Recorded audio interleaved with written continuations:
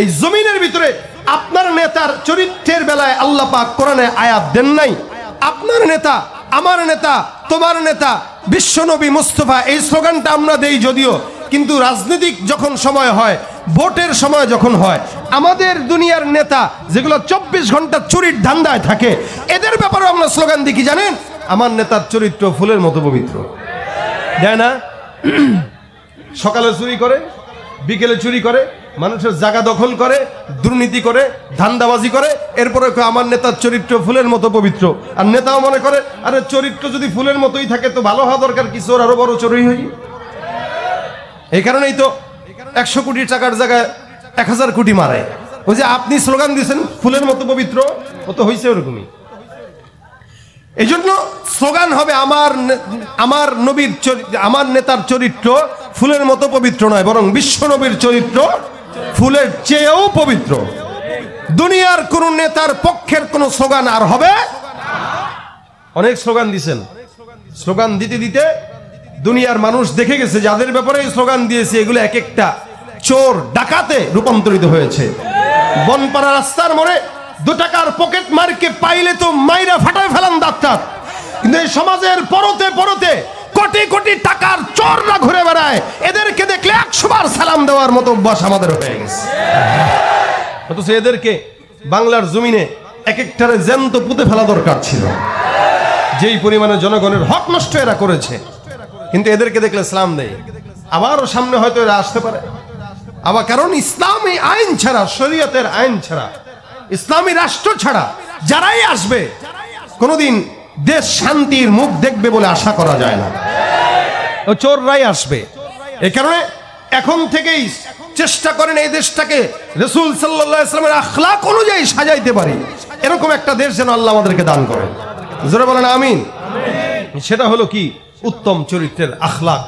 এই আখলাক প্রত্যেকটা মানুষ যদি ফলো করে, প্রত্যেকটা সংসদের মেম্বার যদি ফলো করে, প্রত্যেকটা স্কুল কলেজের ছাত্র যদি ফলো করে, ইনশাআল্লাহ প্রত্যেকটা মানুষ শান্তিতে থাকবে। এই জন্য নবী বলেন যারা মানবে এরা কে? আলমার উমা আমান আহাব্বা। মহব্বত ওই নেতার সঙ্গে রাখবেন যেই নেতা দাড়ি পছন্দ করে। মহব্বত ওই নেতার সঙ্গে রাখবেন যেই নেতা সুন্নত মানে। মহব্বত ওই নেতার সঙ্গে রাখবেন যেই নেতা কোরআনের মাহফিলের সভাপতি হতে পছন্দ করে। আর যেই নেতা কোরআনের মাহফিলের সভাপতি হওয়ার পরে আবার বাধা দেয়, ওইটা আই ওয়াশ করার জন্য সভাপতি হয়, নিজের দলের বিরুদ্ধে গেলে বাধা দেয়। সুতরাং প্রত্যেকটা জায়গায় যদি রাসূলের চরিত্র আমরা ফলো করি, ইনশাআল্লাহ আমাদের দেশে শান্তি আসতে বাধ্য। এজন্য নবী বলেন যারা মহব্বত করবে এদের হালত কি হয়? আলমারউ মা'a মান আহাব্বা। আলমারউ মা'a মান আহাব্বা, যার সঙ্গে যার ভাব, রাসূল বলেন তার সঙ্গে তার কিয়ামত হয়ে যাবে। সুবহানাল্লাহ। আমরা জান্নাতে রাসূলের সঙ্গে থাকতে চাই তো ইনশাআল্লাহ, সবাই চাই। মহব্বত যদি রাখেন, আজকে বৃষ্টির ভিতরে আপনারা শুনতেছেন বসে বসে, একটা ছোট্ট আলামত বলে আমি শেষের দিকে যাব। দেখেন আলামতটা কি? আমরা প্রত্যেকেই চাই রাসূলকে ভালোবাসতে, রাসূলের সাথে জান্নাতে যেতে। চান কি না? আমি তো চাই, আপনারা চান না? আমাদের সকলের মনের চাওয়া এটা। কিন্তু রাসূলের সাথে জান্নাতে যাওয়ার ছোট্ট একটা আমল আছে, যে আমলটা যদি আমি করি আপনারা করেন, নবীর সঙ্গে জান্নাতে থাকা একদম সহজ। এমনকি রাসূলকে স্বপ্নে প্রতিনিয়ত দেখাও সম্ভব হয়ে যাবে। রাসূলকে স্বপ্নে আমরা দেখি নাই, কিন্তু দেখার স্বাদ আছে তো। যেই চক্ষু রাসূলকে স্বপ্ন দেখবে সেই শরীর জাহান্নামে যাবে না, জান্নাতে যাবে। কি সেটা? এই দেখেন ইমাম আসিম কুফি রাহমাতুল্লাহ আলাইহি নাহু শরীফের একজন বড় ইমাম ছিলেন। উনি যখন কথা বলতেন ওনার মুখ থেকে মেশকা আম্বারের গন্ধ বের হইতো, সুগন্ধি আসতো। উনি কথা বলতেন মেশকা আম্বারের সুগন্ধি আসতো। তো একদিন এক খাদেম উনাকে সাহস করে প্রশ্ন করে ফেলছে যে হযরত আপনার জবান দিয়ে এত মধুর ঘ্রাণ কেন আসে? ইমাম আসিম কুফি রাহমাতুল্লাহ আলাইহি বলতেছে, আরে বিপদে ফেলাই দিলি প্রশ্ন করে, কেউ তো প্রশ্ন করে নাই কোনোদিন। আমার মুখ থেকে কেন মেশকা আম্বারের মতো ঘ্রাণ আসে, এটার একটা কারণ আছে। বলে কি কারণ?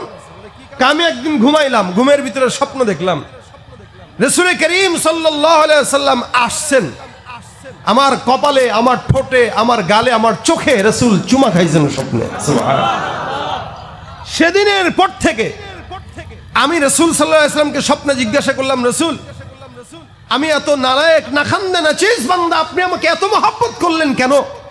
নবী ডাক দিয়া বলতেছেন, আসেম তুই তোর জবান দিয়া 24টা ঘন্টা আমি রাসূলের দুরূদ পড়স, এই কারণে আমি তোর গালে চুমা খাইছি। সুবহানাল্লাহ। আল্লাহ রাসূল সাল্লাল্লাহু আলাইহি ওয়াসাল্লাম চুমা খাইছেন আমার গালে। ইমাম আসিম কুফি বলেন, আমি সেদিনের পর থেকে ঘুম থেকে যখন উঠলাম আমি নিজেও অনুভব করি যে আমার জবান থেকে, আমার চামড়া থেকে, আমার গা থেকে আলাদা একটা মিশকাম্বরের ঘ্রাণ আসে। এটা রাসূলের দুরূদের বরকত। এজন্য রাসূল করিম সাল্লাল্লাহু আলাইহি ওয়াসাল্লাম বলেন, কেউ যদি দুরূদ পড়ে, মান সাল্লা আলাইয়া সালাতান ওয়াহিদা সাল্লাল্লাহু আলাইহি আশারা, কেউ যদি রাসূলের উপর দুরূদ পড়ে একবার পড়বে তো 10 বার রহমত নাযিল হয়ে যাবে। বলেন সাল্লাল্লাহু আলাইহি ওয়াসাল্লাম। এই যে পড়ছেন একবার, 10টা রহমত হয়ে গেছে, 10টা গুনাহ মাফ হয়ে গেছে, 10 বার সম্মান বুলন্দ হয়ে গেছে। সুবহানাল্লাহ। ছোট্ট দুরূদ, যদিও ছোট্ট, সাল্লাল্লাহু আলাইহি ওয়াসাল্লাম, যদিও ছোট্ট, ফজিলত অনেক অনেক অনেক বেশি ফজিলত। নবী বলেন, আউলান নাস বি ইয়াউমাল কিয়ামাহ আকসারুহুম আলাইয়া সালাহ।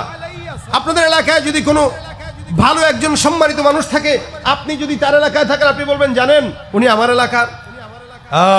আর যে লোক তার একটু কাছে থাকে, আরে ভাই আমার 2 বাসা পরে তার বাসা, এর সম্মান আর একটু বেশি। আর যে লোক তার পাশের বাড়িতে থাকে, আরে মেয়ে আমার লগের বাড়িতে থাকে সে। আর যে লোক তার পাশের দরজার ফ্ল্যাটে থাকে, আরে ভাই কি কয় না কয়, চিনি মানে এই যে আমার দরজা, এই যে তার দরজা। আর যে লোক আপন ভাই, সে কি বলে, মেয়ে আমার পেটের ভাই, এটা আমার আপন মায়ের পেটের ভাই। তা যে যত বেশি নিকটে, সম্মান তার বেশি না কম? বেশি। নবী বলেন আউলান নাস বি ইয়াউমাল কিয়ামাহ, আমার কাছে থাকবে, আমার পাশের ঘরে থাকবে, পাশের ঘরে কে? যে বেশি বেশি আমার উপরে দুরূদ পড়বে, জান্নাতে আমার পাশের ঘরে আল্লাহ পাক তাকে বসায় দিবেন। সুবহানাল্লাহ। যে রাসূলের উপরে বেশি বেশি দুরূদ পড়বে, রাসূল বলেন আমার পাশের ঘরে জান্নাতে সে থাকবে। আজকের সমাজে রাসূলকে তো মহব্বত করি না, ভারতে আমার রাসূলের বিরুদ্ধে কটূক্তি করতেছে একের পর এক, আর আমরা ঘরের ভিতরে আঙ্গুল চুষে খাচ্ছি। আমরা মনে রাখবেন, রাসূলের অবমাননা যদি আপনার দিলের ভিতরে আঘাত না লাগে, আপনি মুসলমান তো দূরের কথা, আপনি ইমানদার তো দূরের কথা, আপনি ওই সমস্ত বেঈমানদের দোসর হিসেবে চিহ্নিত হয়ে যাবেন। এজন্য বলি, ফ্রান্স যখন আমার রাসূলের কটূক্তি করেছিল, বাংলার আপামর জনতা, তাওহীদে আলেম সমাজ, কৃষক, মজুর, স্কুল কলেজের ছাত্র সবাই মিলে আন্দোলন করে তাদের ব্যবসা লাল বাতি জ্বালিয়ে দিয়েছিলাম। আমরা সেই জাতি যারা 40 মিনিটের মাথায় 1 টন স্বৈরাচারী 16 বছরের সরকারকে বিদায় করতে পেরেছি। আমরা সেই জাতি যারা স্বাধীনতাকে দ্বিতীয়বার এনেছি। আমরা সেই জাতি, এখনো ভুলে গেলে চলবে না। ভারতের যে কোনো প্রান্তে হোক, ভারত কেন, আমেরিকা কেন, বিশ্বের যে কোনো প্রান্তে আমার রাসূলকে নিয়ে 1 বিন্দু পরিমাণ কটূক্তি যদি কেউ করার দুঃসাহস দেখায়, একজন নয়, কোটি কোটি 18 কোটি মুসলমান একসঙ্গে রাসূলের জন্য শাহাদাত হইতে রাজি হয়ে যাব, রক্ত দিতে, জীবন দিতে রাজি হয়ে যাব। ঠিক কিনা ধরে কও?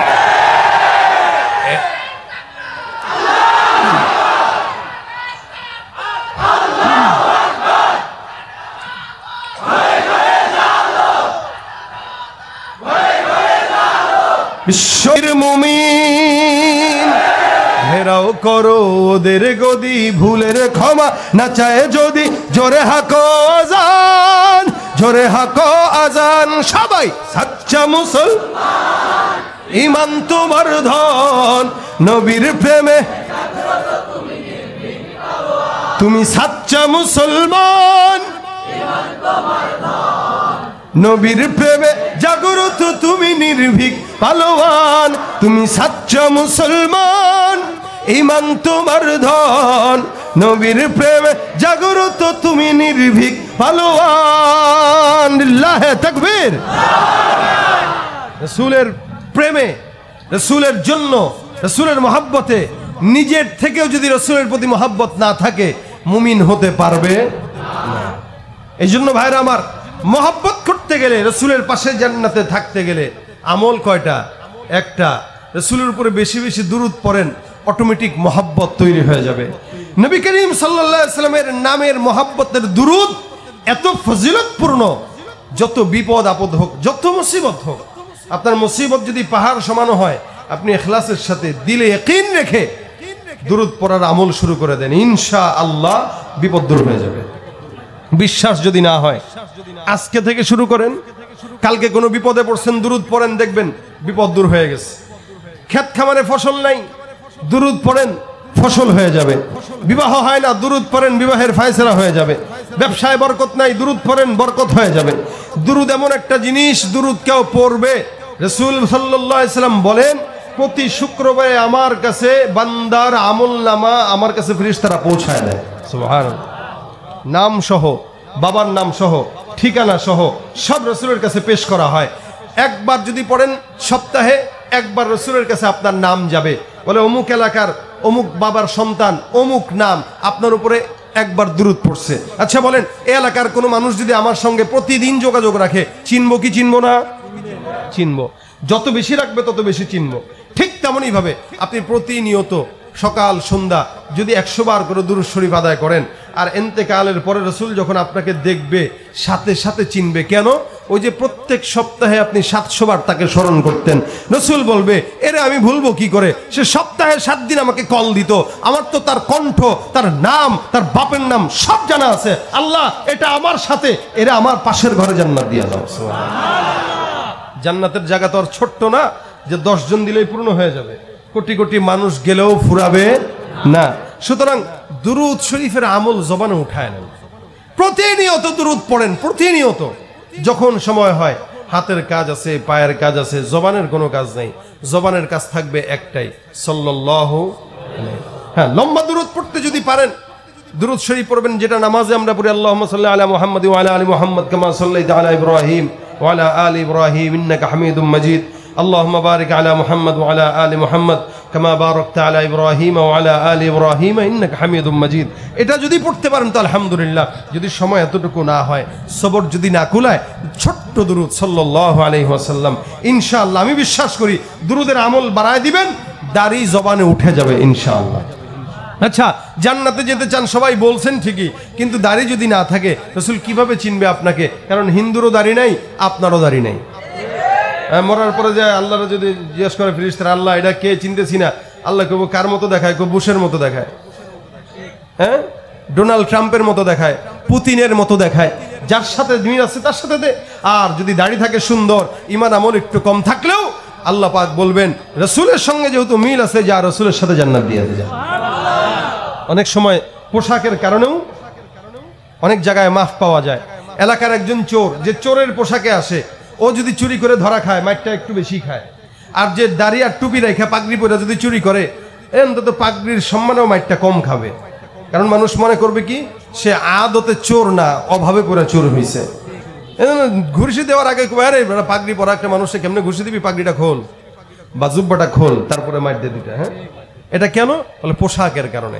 তেরে মাহবুব কি ইয়া রব শবাহত লেকে আয়া হো, हकीकत उसके तू कर दे, मैं तो सूरत लेके आया हो, न अज़मत लेके आया हो, न शौकत लेके आया हो, मोहब्बत लेके आया हो, मोहब्बत लेके आया हो। আল্লাহর কাছে এতটুকু বলতে পারবো, আল্লাহ তোমার কোনো আমলদার কোনো কিছু নিয়ে আসতে পারি নাই আমলের, কিন্তু তোমার হাবিবের সুরত নিয়ে আসছি, মোহাব্বত নিয়ে আসছি। আল্লাহ বলবে যেটা নিয়ে আসছোস এটাই তো আসল, দে, এটা দিয়ে জান্নাত দিয়ে দিলাম, যা। মনে রাখবেন, অনেক সময় পোশাকের কারণে বান্দা গুনাহ করতে পারে না। যেমন একটা মানুষ স্বাভাবিকভাবে প্যান্ট শার্ট পরলে, দাড়ি না থাকলে সিগারেট টানতে পারে, কিন্তু আমার মতো পাগড়িওয়ালা রাস্তায় দাঁড়া সিগারেট টানলে আপনারাই আমার বকা দিবেন, ঠিক না? এই পোশাকে সিগারেট টানা যাবে না, এই পোশাকে খারাপ কাজ করা যাবে না। লিবাসুত তাকওয়া বলতে একটা কথা আল্লাহ পাক কোরআনে বলছেন, قد أنزلنا عليكم لباسا يواري سوآتكم وريشا ولباس التقوى ذلك خير। আল্লাহ পাক বলেন পোশাক তো আমি দিলাম, তবে মনে রাখবা তাকওয়ার আলাদা একটা পোশাক আছে, ওটাই উত্তম। তাকওয়ার পোশাক কোনটা? যেটা রাসূলের পোশাক। আর রাসূলের পোশাক যদি কেউ পরে, ও নামাজ কালাম না পড়লেও প্রকাশ্যে কারো সামনে গুনাহ করে না। কেন? এই পোশাক পরে গুনাহ করা যায় না। আর তাকওয়ার পোশাক যদি না থাকে, জায়গায় বেজায়গায় গাঁজা টানবে, ইয়াবা খাবে, গুনাহ করবে, যা মন চায় তা করবে, শয়তানও বাধা দিবে না, তার বিবেকও তারে বাধা দিবে না। এই জন্যই কেউ যদি রাসূল করিম সাল্লাল্লাহু আলাইহি ওয়াসাল্লামের সুন্নতি পোশাক পরে, রাসূলের উপর দুরূদের আমল মাথার ঠোঁটের মধ্যে নিয়ে নেয়, মুহাব্বতের কারণে ইনশাআল্লাহ তার শরীরের পোশাকও পরিবর্তন হয়ে যাবে। পোশাকের কারণে ইনশাআল্লাহ আল্লাহ পাক রসুলের সঙ্গে তাকে জান্নাতও দিয়ে দিবে। এই কারণে প্রত্যেকটা ভাই এখানে যারা আছি, যাদের জবানে এখনো দাড়িটা উঠাইতে পারি নাই, একটু মহাব্বতের সাথে হাতটা তুলবেন। আমরা কারা কারা জবানে দাড়ি উঠানোর চেষ্টা করব, হাতটা তুলেন তো ইনশাআল্লাহ। হাতটা উঠান। যাদের দাড়ি নাই মুখে, সবাই চেষ্টা করবেন দাড়ি উঠান। যাদের দাড়ি নাই, দাড়ি নাই। যার দাড়ি আছে, যার দাড়ি আছে সে তো রাখছেনি। হ্যাঁ, হাত তুলেন। যার দাড়ি নাই হাত তুলেন। তুলছেন? রাখবেন ইনশাআল্লাহ, রাখবেন ইনশাআল্লাহ। আল্লাহ পাক মানার তৌফিক দান করুক, বলেন আমিন। অনেক যুবকেরা আমাদের দেশে দাড়ি রাখে না, কেন জানেন? সুন্দর মেয়ে বিয়ে করতে পারবে না, এই কারণে। আছে না? হ্যাঁ, মনে রাখবেন, যেই মেয়ে দাড়ি পছন্দ করে না, যেই মেয়ে দাড়ি পছন্দ করে না, ওই মেয়ের বিয়ে করা দরকার নাই। বাংলাদেশে মেয়ের অভাব আছে? 3টা বিয়ে করলেও মেয়ে কমবে না। বিয়ে একটা করছেন কারা কারা? হাত তুলেন। আমি নিজেও একটা করছি, উপায় নাই আমাদের দেশে 2টা করলে। হাত নামান। কারা কারা বিবাহিত তারা হাত তুলেন। বিবাহিত, বিবাহিত, শুধু বিবাহিতরা নারায়ে তাকবীর। শুধু বিবাহিতরা তাকবীর দিবেন, নারায়ে তাকবীর। এবার জওয়ানরা হাত তুলো, কারা বিয়ে করে নাই। সুবহানাল্লাহ। দেখছেন অবস্থা? সব গরিবের দল, ফকিরের দল। এদের ঘরে বউ নাই, এরা ফকির। এরা একটা আওয়াজ দেখ, লিল্লাহে তাকবীর। সুবহানাল্লাহ। আওয়াজে বলে বিয়ে করতে চায়। আল্লাহ 2টা করে বউ দেখ।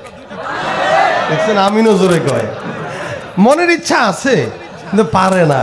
কিন্তু বাংলাদেশে এত পরিমাণে মেয়ে, যদি কেউ 3টা করেও বিয়ে করে, মেয়ে শেষ হবে না। সুতরাং যুবকরা ঘোষণা করবেন, যেই মেয়ে দাড়ি পছন্দ করে না, সুন্নত পছন্দ করে না, মেয়ে বিয়ে করব। কারণ সুন্নত পছন্দ করে না যেই মেয়ে, ওই মেয়ে আনলে শান্তি আশা করা বোকামি। আবার মা বোনরাও তাদের জায়গায় বলবে, যেই ছেলে দাড়ি রাখে না, নামাজ পড়ে না, ওইটারও বিয়ে করা দরকার নেই। মানে এই সমস্ত ছেলে বিয়ে করার চেয়ে না করাই ভালো। আমাদের দেশে তো এখন মেয়েরা আসলে বিয়ে বসে না, মেয়েরা বিয়ে করে।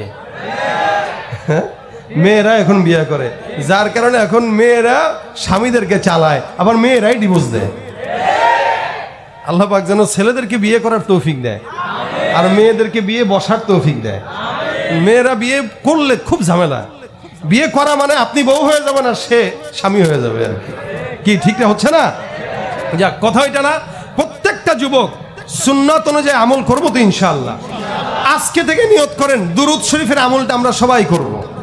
5 ওয়াক্ত নামাজের পরে অন্তত 10 বার করে যদি পড়েন, দিনে কতবার? 50 বার করে প্রতিদিন পড়বেন ইনশাআল্লাহ। রাসূলের দুরূদের বরকতে আপনার গায়েও সুন্নাত চলে আসবে, রাসূলের প্রতি মহব্বত আপনার তৈরি হয়ে যাবে ইনশাআল্লাহ। আমরা তো এখন 24টা ঘন্টা যখনই সময় হয় ফেসবুক মোবারকে সময় কাটাই। আমাদের কাজই এইটা। একটু সময় পাইলে মোবাইলে ঢুকে যাচ্ছি, একটু সময় পাইলে ইউটিউবে ঢুকে যাচ্ছি, একটু সময় পাইলে ফেসবুকে ঢুকে যাচ্ছি। আর ফেসবুকেতে মাশাআল্লাহ দিলে যত প্রকার গালাগালি, শত্রুতা সব এখন ফেসবুকে চলে। সরাসরি দেখলে সালাম, ফেসবুকে দেয়া গালি। আছে না নাই? যত প্রকার শত্রুতা সব বন্ধু সাইজা করে, অন্যের ভালো দেখা শুধু হিংসায় জইলা মরে। পড়ালেখা কর্মকাণ্ড সবকিছু বাদ দিয়া পিচ্ছি পোলায় চালায় ফেসবুক গভীর মন দিয়া।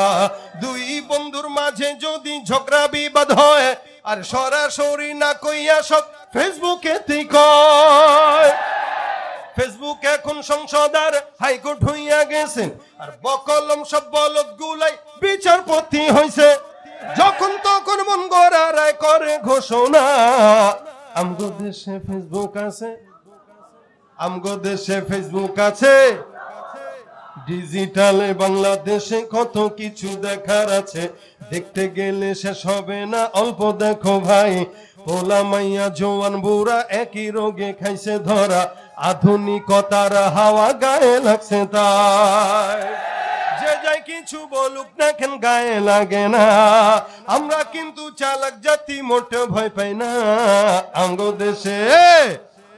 দেশে ফেসবুক আছে, আমগো দেশে ফেসবুক আছে। আমরা বলদ না।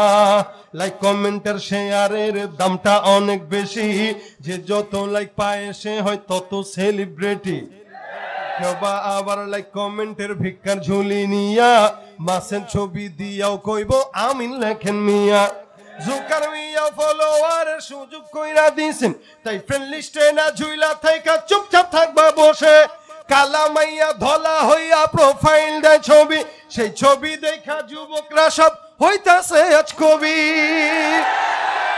আসলে তো ফেক আইডি সব মাইয়ার আইডি না, পোলায় পোলায় চলতাছে প্রেম নিজেও জানে না। চলে এটা দেখা করতে গেছে মাইয়া মনে করে, দেখে ট্রান্সজেন্ডার। কি জেন্ডার? বাংলাদেশে এলজিবিটি কিউ ঢুকানোর চক্রান্ত চলতেছে। ট্রান্সজেন্ডার সমকামিতার পায়তারা করতেছে একদল। মনে রাখবেন, যারা বাংলার মানুষের শিক্ষা ব্যবস্থায় ট্রান্সজেন্ডার সমকামিতা ঢুকাইতে যাবে, এক একটাকে ধরে ধরে লুঙ্গি প্যান্ট খুইলা ট্রান্সজেন্ডার হিজড়া বানায় দিতে হবে। ঠিক কেন ধরে? খুব সাবধান থাকবেন। এরা আবার দিন শেষে মাদ্রাসার হুজুরদের উপরে অপবাদ দেয়, হুজুররা সমকামিতা করে। হুজুরদের সমকামিতা করে যদিও যারা বলে এদের কথা অনুযায়ী 100টার ভিতরে হয়তো 10টা করে ধরলাম। আর এরা তো আজান দিয়া সমকামিতার প্রমোট লাগায় তারপরে সব জায়গায় সিম্বল ব্যবহার করতেছে। এদেরটা দোষ নাই। ওই যে অবস্থা হয়েছে কি, সে চুরি করছে, যে চুরি করছে ও আরেকজনকে চোর, নিজের চোরটা ঢাকার জন্য অন্য 10 জনের চোর বলে। এরা করে সন্ত্রাসী আর দোষ দেয় মুসলমানের উপরে। ঠিক কিনা জোরে কর? এই জন্য সাবধান থাকবেন, খুব সাবধান। ফেসবুকে মেয়ের আইডি পাইলেই হাই একটা মেসেজ দিয়েন না। মেয়ের আইডি পাইলেই হইছে, মেয়ের আইডি পাইলেই মাথা নষ্ট। এই জন্য ভাইরা সাবধান খুব। যুবক ভাইরা যারা ফেসবুক চালান, ফেসবুকটা একটা ভালো প্ল্যাটফর্ম। এই প্ল্যাটফর্ম দিয়ে দিনের কাজ করব, কোন শত্রুতা গালাগালি করব। এই ফেসবুক দিয়ে চাইলে দিনের খেদমত করতে পারবেন, চাইলে নিজে গুনাহ কামাইতে পারবেন। আপনি কি করবেন এটা আপনার হিসাব। এই জন্য ভালো ভালো কোরআন হাদিস সুন্নাহ থেকে পোস্ট করব। এমন কোন পোস্ট, এমন কোন কমেন্ট করব না যেটার দ্বারা দ্বন্দ্ব হয়, যেটার দ্বারা ক্ষতিগ্রস্ত হয়, সমাজের ভিতরে ফিতনা হয়। ইনশাআল্লাহ আল্লাহ আমাদেরকে হেফাজত করুক, বলেন আমিন।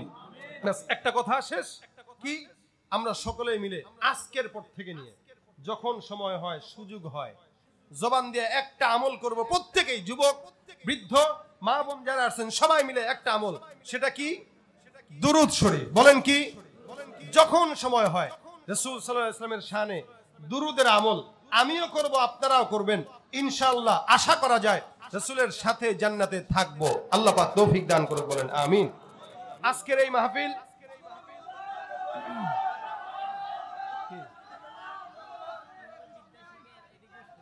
শোনেন, আজকের মাহফিলটা আলহামদুলিল্লাহ সার্থক। কি বলেন? কথা কয় না? যদিও একটু বৃষ্টির কারণে আমাদের মনোযোগ ভিন্ন দিকে গেছে। ইনশাআল্লাহ এরপরও বৃষ্টিটা আল্লাহর তরফ থেকে রহমত। যে গরমের ভাব ছিল, গরমের ভাবটা তো কেটে গেছে।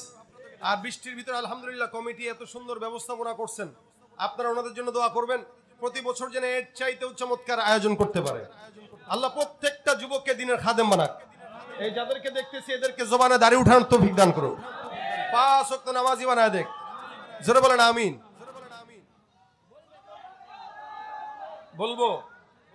বলবো গজল গাইছি, আপনাদের বলা লাগে নাই।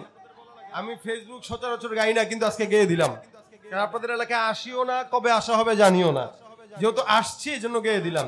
ইনশাল্লাহ আমার যুবক ভাইদের তরফ থেকে একটা আবেদন করেছে, একটা গেয়ে ইনশাল্লাহ মোনাজাত দেব। সকলে মিলে আমার সাথে গাবেন। রাজি আছেন? রাজি আছেন? কি হবে বেঁচে থেকে, কি হবে বেঁচে থেকে, অযথা বিদ্যা শিখে যদি না করতে পারি শোষণবিহীন সমাজটাকে। কি হবে বেঁচে থেকে, কি হবে বেঁচে থেকে, কি হবে আলেম হয়ে ইমাম সেজে সমাজেতে, পারো যদি সত্য কথা উচ্চ স্বরে না বলিতে। কি হবে আলেম হয়ে ইমাম সেজে সমাজেতে, পারো যদি সত্য কথা উচ্চ স্বরে না বলিতে। চাকরির ভয় করো যদি ছেড়ে দাও ওই না গদি, চাকরির ভয় করো যদি ছেড়ে দাও ওই না গদি। কি হবে ধোঁকা দিয়ে আল্লাহকে, কি হবে বেঁচে থেকে।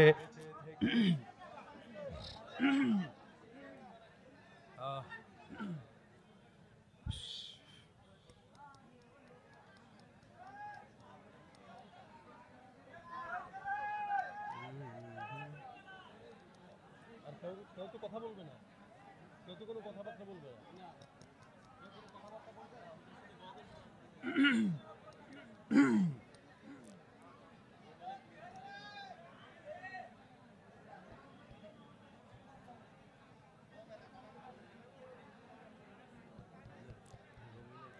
এত গাওয়া যাবে না ভাই, আমাদের গলা কি হবে বেঁচে থেকে, কি হবে বেঁচে থেকে। আরে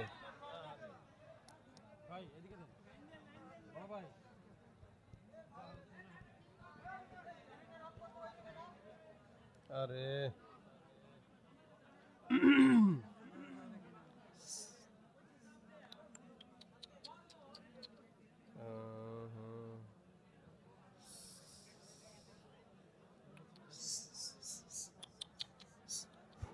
कोई बॉक्स हाँ কি হবে কিতাবাদির, কি হবে কিতাবাদির তালিম দিয়ে মাদ্রাসাতে, যদি ওই খোদার কোরআন নিষিদ্ধ হয় আদালতে।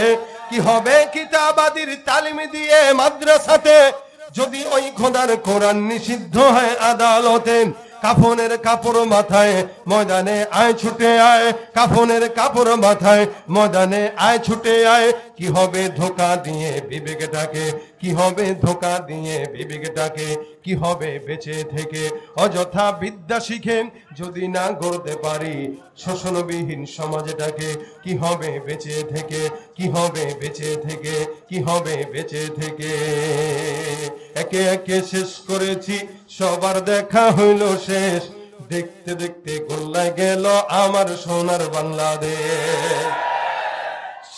একে একে শেষ করেছি সবার দেখা হইল শেষ, দেখতে দেখতে গোল্লায় গেল আমার সোনার বাংলাদেশ। দেখতে দেখতে গোল্লায় গেল আমার সোনার বাংলাদেশ। যাদের হাতে যায় ক্ষমতা দেশ যেন বাপার ভিটা, রাখতে চেয়ার শুরু করে বিদেশিদের পাচাটা। যাদের হাতে যায় ক্ষমতা দেশ যেন বাপের ভিটা, রাখতে চেয়ার শুরু করে বিদেশিদের পাচাটা। বিদেশিদের কথা মতো চালায় তারা নিজের দেশ, বিদেশিদের কথা মতো চালায় তারা নিজের দেশ। দেখতে দেখতে গোল্লায় গেল আমার সোনার বাংলাদেশ। কেউ দিল না সবাই নিল, আমরা যে কলুর বলদ, সারা বছর নেয় না খবর নির্বাচনে খুব দরদ। কেউ দিল না সবাই নিল, আমরা যে কলুর বলদ, সারা বছর নেয় না খবর নির্বাচনে খুব দরদ। নির্বাচনের আগে নেতা ধরে কত রকম বেশ, দেখতে দেখতে গোল্লায় গেল আমার সোনার বাংলাদেশ। একে একে শেষ করেছি সবার দেখা হইল শেষ, দেখতে দেখতে গোল্লায় গেল আমার সোনার বাংলাদেশ। আল্লাহ পাক সোনার বাংলাদেশ হিসেবে কবুল করো, ইসলামী শরিয়া মোতাবেক দেশ পরিচালিত করার তৌফিক দান করো। সকলে দুরূদ শরীফ পড়ুন। আল্লাহুম্মা সাল্লি আলা সাইয়্যিদিনা ওয়া নাবিয়্যিনা ওয়া শাফিঈনা ওয়া হাবিবিনা মাওলানা মুহাম্মদ সাল্লাল্লাহু আলাইহি ওয়া আলা আলিহি ওয়া আসহাবিহি ওয়া বারাক ওয়া সাল্লিম। আস্তাগফিরুল্লাহ রাব্বি মিন কুল্লি যামবি ওয়া আতুবু ইলাইহি, লা হাওলা ওয়া লা কুওয়াতা ইল্লা বিল্লাহিল আলিয়্যিল আযীম। এই প্রত্যেকটা যুবক যারা, প্রত্যেকটা যুবকদের জন্য আমরা দোয়া করি আল্লাহ পাক এই যুবকদেরকে যেন কবুল করে। সকলের জন্য দোয়া করব। প্রত্যেক বছর এই মাহফিলটা যারা করে, কষ্ট করে, মুজাহাদা করে, আল্লাহ পাক এই প্রত্যেকটা যুবকদেরকে এই মাহফিলটা সুন্দরভাবে পরিচালিত করার তৌফিক দান করুন। হ্যাঁ, আল্লাহুম্মা আনতাস সালাম ওয়া মিনকাস সালাম। রব্বানা যালামনা আনফুসানা ওয়া ইল্লাম তাগফির লানা ওয়া তারহামনা লানাকুনান্না মিনাল খাসিরিন। রব্বানা হাব লানা মিন আজওয়াজিনা ওয়া যুররিয়াতিনা কুররাতা আ'য়ুন ওয়াজআলনা লিল মুত্তাকিনা ইমামা। আয় রব্বুল আলামিন, মাগরিব থেকে এই পর্যন্ত গুনাহগার বান্দারা গুনাহের বোঝা মাথায় নিয়ে আল্লাহ তোমার দরবারে হাত তুলছি, মেহেরবানি করে আমাদের গুনাহ খাতা মাফ করে দাও। আয় আল্লাহ, আমাদের সমস্ত সওয়াবগুলো মদিনার রওজায় পৌঁছায় দাও। আয় আল্লাহ, আলোচনা যদি ভুল ত্রুটি থাকে আল্লাহ ক্ষমা করে দাও, সওয়াবগুলো মদিনার রওজায় পৌঁছায় দাও। আয় আল্লাহ, মেহেরবানি করে আমাদেরকে আমল করার তৌফিক দাও।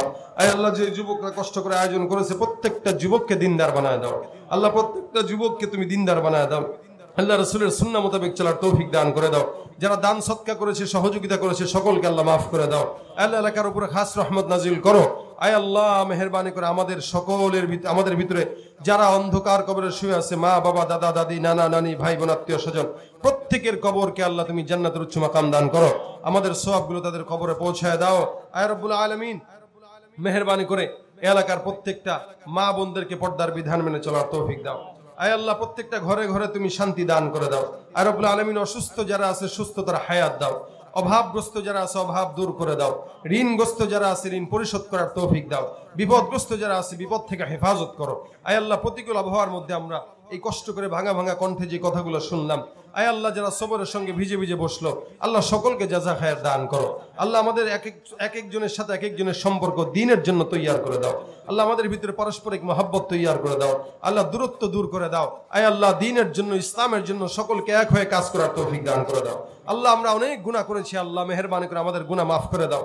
আল্লাহ তোমার দেখানো পথে, তোমার হাবিবের দেখানো পথে আমাদেরকে চলার তৌফিক দান করো। আর রব্বুল আলামিন জীবনে একবার হলেও তোমার হাবিবের রওজা মুবারক জিয়ারত করার তৌফিক দান করো। আল্লাহ যারা একবার গিয়েছে বারবার যাওয়ার তৌফিক দাও। আয় আল্লাহ মেহেরবানি করে আমাদের সকলকে তুমি মাফ করে দাও। আল্লাহ তোমার হাবিবের উপরে দুরূদ শরীফের আমল করার তৌফিক দাও। তোমার হাবিবের নামের উসিলায় তুমি আমাদের দোয়া কবুল করে নাও। আল্লাহুম্মা সাল্লি আলা মুহাম্মাদিন নবিয়্যিল উম্মি ওয়া আলা আলিহি ওয়া সাল্লিম তাসলিমা। আল্লাহুম্মা সাল্লি আলা রূহি মুহাম্মাদিন ফিল আরওয়াহ ওয়া সাল্লি আলা জাসাদি মুহাম্মাদিন ফিল আজসাদ ওয়া সাল্লি আলা কবরি মুহাম্মাদিন ফিল কুবুর। রব্বিরহামহুমা কামা রাব্বায়ানি সগীরা রব্বিরহামহুমা কামা রাব্বায়ানি সগীরা রব্বিরহামহুমা কামা রাব্বায়ানি সগীরা। সুবহানা রাব্বিকা রাব্বিল ইজ্জাতি আম্মা ইয়াসিফুন ওয়া সালামুন আলাল মুরসালিন আলহামদুলিল্লাহি রাব্বিল আলামিন। লা ইলাহা ইল্লাল্লাহু মুহাম্মাদুর রাসূলুল্লাহ। আসসালামু আলাইকুম ওয়া রাহমাতুল্লাহ। প্রত্যেকটা মানুষের সবচাইতে উত্তম আখলাক ওয়ালা মানলে একজন নবী, যাকে মানলে দুনিয়াতেও শান্তি, আখিরাতেও শান্তি। আল্লাহ পাক রব্বুল আলামিন নবী করিম সাল্লাল্লাহু আলাইহি সাল্লামকে নবুয়ত দিয়েছেন সবচাইতে সুন্দর, আফজল, আলা। এমন কোন জিনিস নাই যেই জিনিস রাসূলকে আল্লাহ পাক দেন নাই। এইজন্য রাসূলের চরিত্রটাকেও আমাদের জন্য পালনীয়, আমাদের জন্য মানার জন্য আল্লাহ পাক আদেশ দিয়েছেন। এইজন্য আল্লাহ পাক জায়গায় জায়গায় পয়গম্বরের সম্মান বর্ণনা করেছেন। রাসূলের সম্মান বর্ণনা করতে যে আল্লাহ পাক রব্বুল আলামিনের রাসূলের সাহাবী রাসূলকে বলতেছেন, হুজুর আমি তো আপনার অনেক মহব্বত করি। কতটুকু মহব্বত করো? হযরত ওমর বলতেছেন, হুজুর আমি আপনাকে মহব্বত সবচেয়ে বেশি করি, কিন্তু আমার চেয়ে বেশি মহব্বত করি না। রাসূল বলতেছেন, তোমার চেয়ে বেশি করো না? বলে না। তাহলে তো তুমি মুমিনই হতে পারো না। হযরত ওমর বলতেছেন, হুজুর কি করলে মুমিন হওয়া যায়? তো নবী করিম সাল্লাল্লাহু আলাইহি ওয়াসাল্লাম বলছেন, আমি রাসূল যতক্ষণ তোমার নিজের চাইতেও বেশি মহব্বতের না হব ততক্ষণ তুমি মুমিন না। প্রথমে রাসূল বললেন কি, হযরত ওমর বললেন কি, আমি আপনার মহব্বত করি কিন্তু আমার চেয়ে বেশি না। নবী করিম সাল্লাল্লাহু আলাইহি ওয়াসাল্লাম বললেন, না, আমার চেয়ে বেশি মহব্বত করা লাগবে, তোমার নিজের জানের চেয়ে বেশি মহব্বত করা লাগবে। এবার হযরত ওমর চিন্তা ভাবনা করলেন যে আরে যদি বিষয়টা এমন হয় তাহলে তো আমি নিজের চেয়েও বেশি মহব্বত আমার রাসূলকেই করব। কিছুক্ষণ পরে রাসূল করিম সাল্লাল্লাহু আলাইহি ওয়াসাল্লামকে ডাক দিয়া বলছেন, ইয়া রাসূলুল্লাহ, এই মুহূর্তে আমি ওমর আমার নিজের জান, আমার মা, আমার বাবা, আমার বিবি সবার চেয়ে বেশি মহব্বত আপনাকে করি। রাসূল বলেন, হ্যাঁ, এখন তুমি পরিপূর্ণ মুমিন। অর্থাৎ তুমি তোমার মায়ের চেয়ে বেশি মহব্বত করবা, নেতার চেয়ে বেশি মহব্বত করবা, তোমার পীরের চেয়ে বেশি মহব্বত করবা। দুনিয়ার সব মানুষ একদিকে, আমি রাসূল একদিকে। আমি রাসূলের জন্য যদি 1000 বার জীবন দেওয়া লাগে জীবন দিবা, মায়া করবা না। এটাই হলো রাসূলের মহব্বত। রাসূল এই জন্য হাদিসে বলেন, লা ইউমিনু আহাদুকুম হাত্তা আকুনা আহাব্বা ইলাইহি মিন ওয়ালিদিহি ওয়া ওয়ালাদিহি ওয়ান নাসি আজমাইন। সাহাবা আজমাইন আমার পয়গম্বরকে মহব্বত করতেন, আমরাও করি। এত এত মাহফিল সমাজের মধ্যে হয়, এরপরেও দাড়িওয়ালা লোকের অভাব, ঠিক না?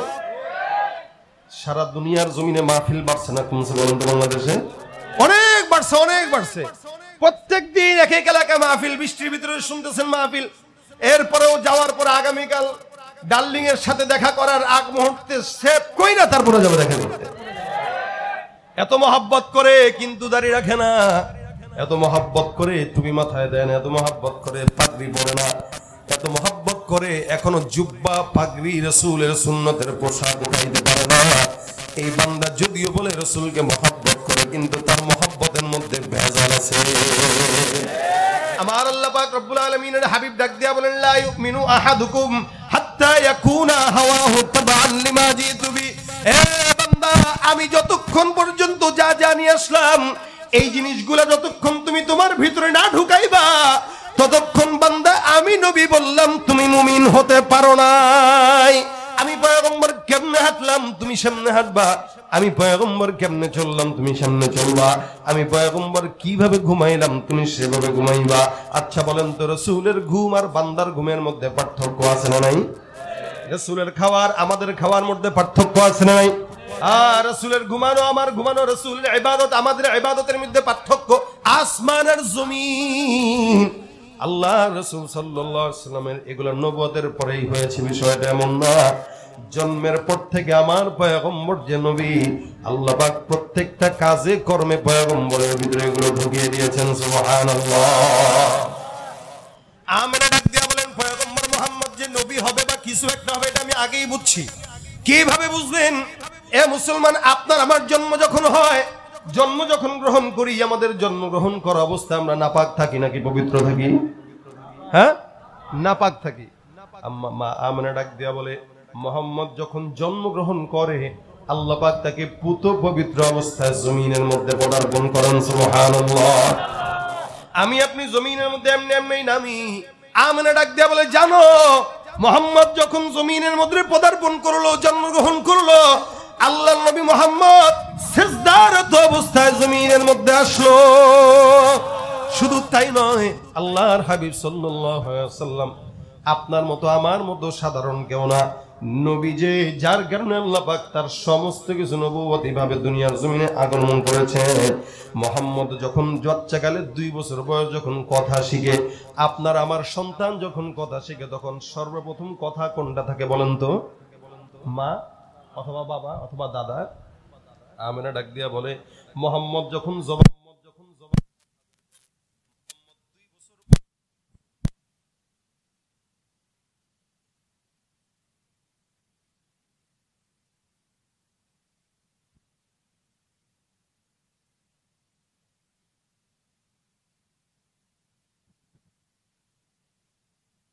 থাকি আল্লাহু আকবার কাবীরা আলহামদুলিল্লাহি কাসীরা সুবহানাল্লাহি বুকরাতাও ওয়া আসীলা। আচ্ছা বলেন, তার সঙ্গে আমার সঙ্গে আসমান আর জমিনের তফাৎ আছে কিনা? নাই।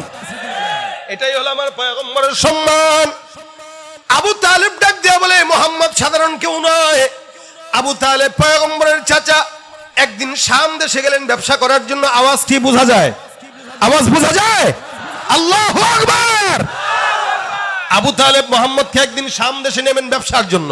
আপনারা ব্যবসায়িক মাল আনার জন্য যেরকম ঢাকায় যান, তো আরবের জামানায় ব্যবসায়িক পণ্য আনার জন্য শাম সিরিয়ায় যাওয়া হতো। তো একদিন সিরিয়ায় যাচ্ছে, রাসূল করিম সাল্লাল্লাহু আলাইহি ওয়াসাল্লাম তখন বাচ্চা, 8-9 বছর বয়স। ভাতিজা হিসেবে চাচার কাছে আবেদন করলো, চাচা আমাকেও একটু নিয়ে যান। তো রাসূল সাল্লাল্লাহু আলাইহি ওয়াসাল্লাম আবদার করলেন, চাচা আবু তালেব রাসূলকে নিয়ে যাওয়ার জন্য চেষ্টা করলেন। ঠিক আছে, চলো নিয়ে যাই। তো প্রতিমধ্যে নিতে নিতে, ভাই যাদের বৃষ্টি লাগে একটু চেয়ারগুলো আগায় নেন। বৃষ্টি যদি গায়ে লাগে একটু চেয়ারগুলো আগায় আসেন, আগায় আসেন। আল্লাহুম্মা হাওয়া আলাইনা ওয়ালা আলাইনা। আল্লাহ বৃষ্টি কমায় দেখ, বলেন আমিন। আল্লাহ পাক এটাই খায়রের ফয়সালা করছে। সকাল থেকে যদি বৃষ্টি হইতো তাহলে তো কানতেন, আরে মাহফিলটা করতে পারলাম না। আমি তো আসছি, মোটামুটি আধা ঘন্টা কথা বলাও হয়ে গেছে। কি বলেন? যদি সমস্যাই হয় তাহলে আর কয়েকটা কথা শুনে, কয়েকটা গজল শুনে চলে যাবে ইনশাআল্লাহ।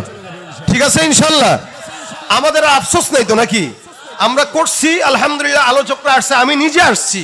আপনাদের এই রোড যে অবস্থা আসছে, যে আমার গাড়ির 2টা চাকাই শেষ, এরপরে কুষ্টিয়া যে চাকা পাল্টায় তারপর আবার আসছি।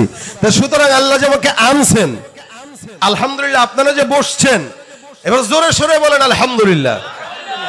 আল্লাহ পাক খুশি হয়ে বৃষ্টি কমায় দিতেও পারে, ঠিক না? কথা কি বোঝা যাচ্ছে? বুঝতেছেন? সব লোক উপস্থিত, আপনি যা বলার আমাদের কাছে বলতে পারেন। পাদ্রী মনে মনে কয়, কিরে ওই বাচ্চা তো নাই। এবার মনে মনে আবু তালেবকে ডাক দিয়া বলে, কি ব্যাপার, একজন তো নাই?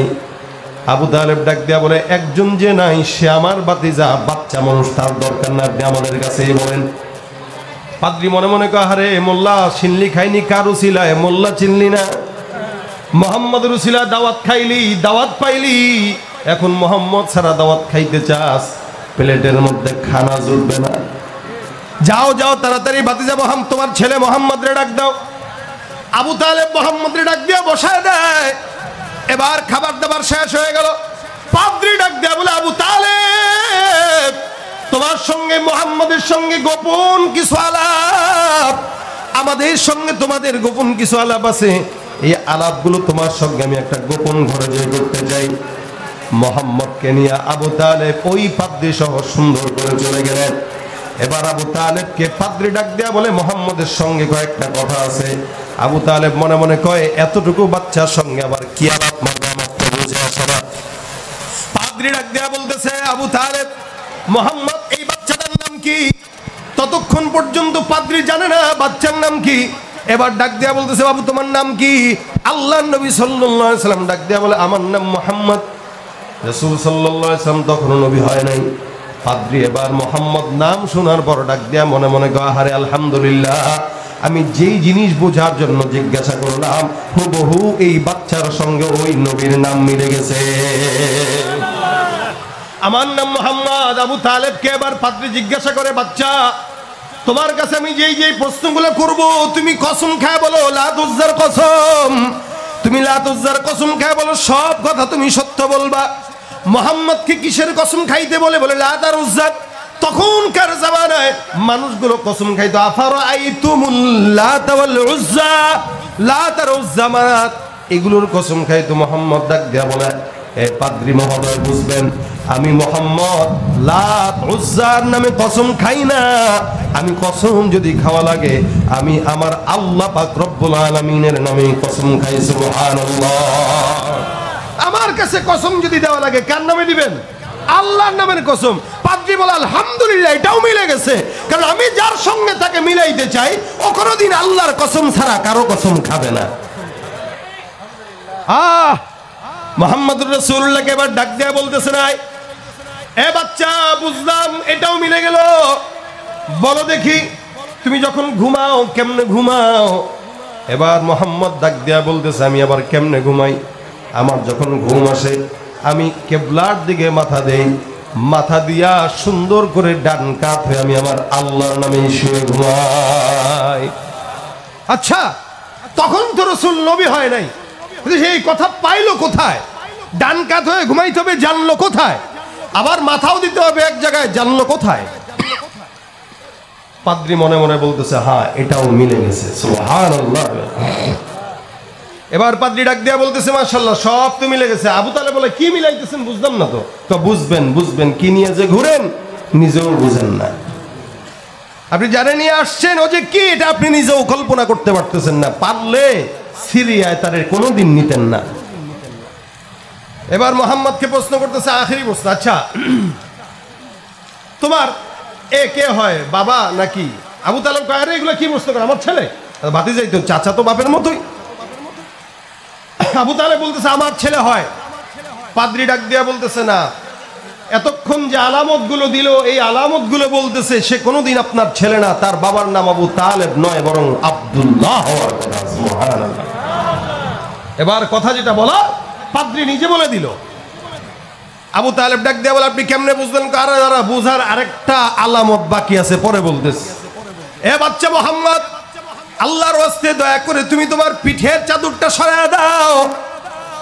রাসূল পিঠের চাদর সরাইতে যাবে। আবু তালেব ডাক দিয়া বলে, দাঁড়াও বাবা, পিঠের চাদর সরানোর মাধ্যমে আপনি কি বুঝাইতে চান? আল্লাহ নবী সাল্লাল্লাহু আলাইহি ওয়াসাল্লাম ডাক দিয়া বলে, চাচা সরাইতে দেন। পাদ্রী যখন আবেদন করলো, আল্লাহ নবী সাল্লাল্লাহু আলাইহি ওয়াসাল্লাম পয়গম্বর সুন্দর করে পিঠের কাপড়টা উঠায়া দেয়। পাদ্রী তাকায় দেখে মুহাম্মদের দুই কাঁধের মাঝখান বরাবর মোহর নবুয়তের সিল মোহর লাগানো।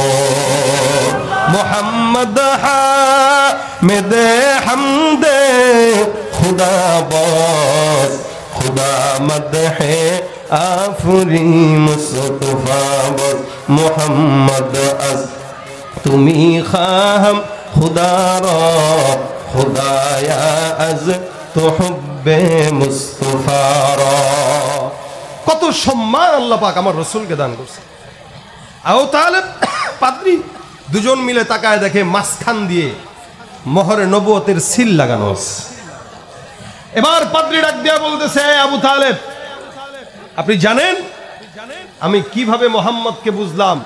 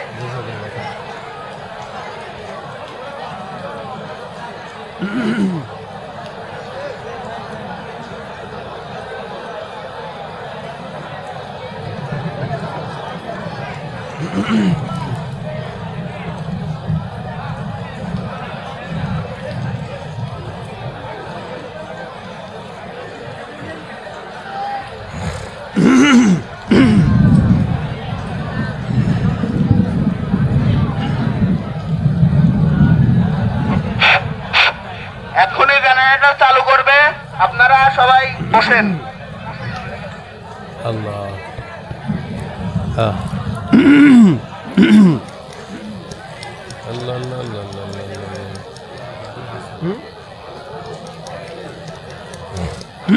কোথায় লাইন কোথায়? আরে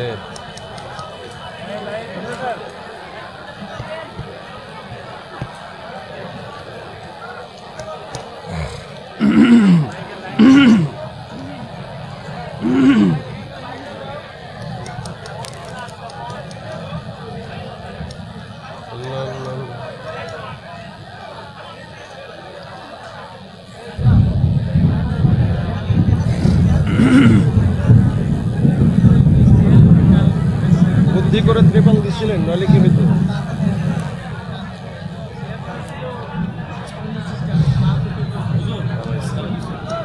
আলহামদুলিল্লাহ আলহামদুলিল্লাহ আলহামদুলিল্লাহ আলহামদুলিল্লাহ। দেখেন আলামত মিলিয়েছিল এতক্ষণ পাদ্রী। এবার আবু তালেব ডাক দিয়ে বলতেছে, এই তুমি কিভাবে বুঝলা এই বাচ্চা যে একজন দামি বাচ্চা, কিভাবে বুঝলা? পাদ্রী ডাক দিয়ে বলতেছে, আমি বুঝলাম কিভাবে, বিশাল বড় একজন কাফেলা। আমি যেই সময়টা এখন চলতেছে এই সময়টা আখিরি নবী পয়গম্বর মুহাম্মদুর রাসূলুল্লাহ সাল্লাল্লাহু আলাইহি ওয়াসাল্লামের আগমনের সময়, যার কারণে প্রতিনিয়ত আমি এখান দিয়ে তাকায় থাকতাম এই জায়গায় একটা কাফেলা যাবে, বণিক দল, যেই বণিক দলের মধ্যে বাচ্চা মুহাম্মদও থাকবে। আমি আলামত কিভাবে বুঝলাম? আপনাদের বিশাল বড় দলটা যখন এখান দিয়ে যান, আমি আসমানের দিকে তাকায় দেখি আপনাদের বিশাল বড় দলটা একজন একজন করে সামনে আগাইতেছেন, সবার মাথার মধ্যে রোদ আছে। আমি তাকায় দেখলাম হঠাৎ করে আসমান থেকে একটা কালো মেঘ, যেই মেঘটা এই বাচ্চা মুহাম্মদের মাথায় যেখানেই যায় সেখানেই ছায়া দিতে দিতে তার পিছনে পিছনে যায়। আমি এটা দেখে বুঝে গেছি যে মেঘ একটা বাচ্চার গায়ে মাথার উপরে যদি ছায়া দিতে পারে, ওই বাচ্চা সাধারণ কোনো বাচ্চা না, সেটাই আখিরি জামানার নবী মুহাম্মদুর রাসূলুল্লাহ। শুধু তাই নয়, আমি তাকায় দেখলাম দুপাশের গাছগুলো মুহাম্মদের দিকে ঝুঁকে ঝুঁকে কেমন যেন তাকে সালাম জানায়। এ মুসলমান নবীর উম্মত, আল্লাহ পাক রব্বুল আলামিন নবীকে নবী বানাবেন, তখন থেকেই আমার পয়গম্বরের সমস্ত আলামত প্রচার পেয়েছে। যার কারণে আমার পয়গম্বর বলেন, আমি তো তখন থেকে নবী যখন আদম পয়গম্বর নবী হয় নাই। সুবহানাল্লাহ।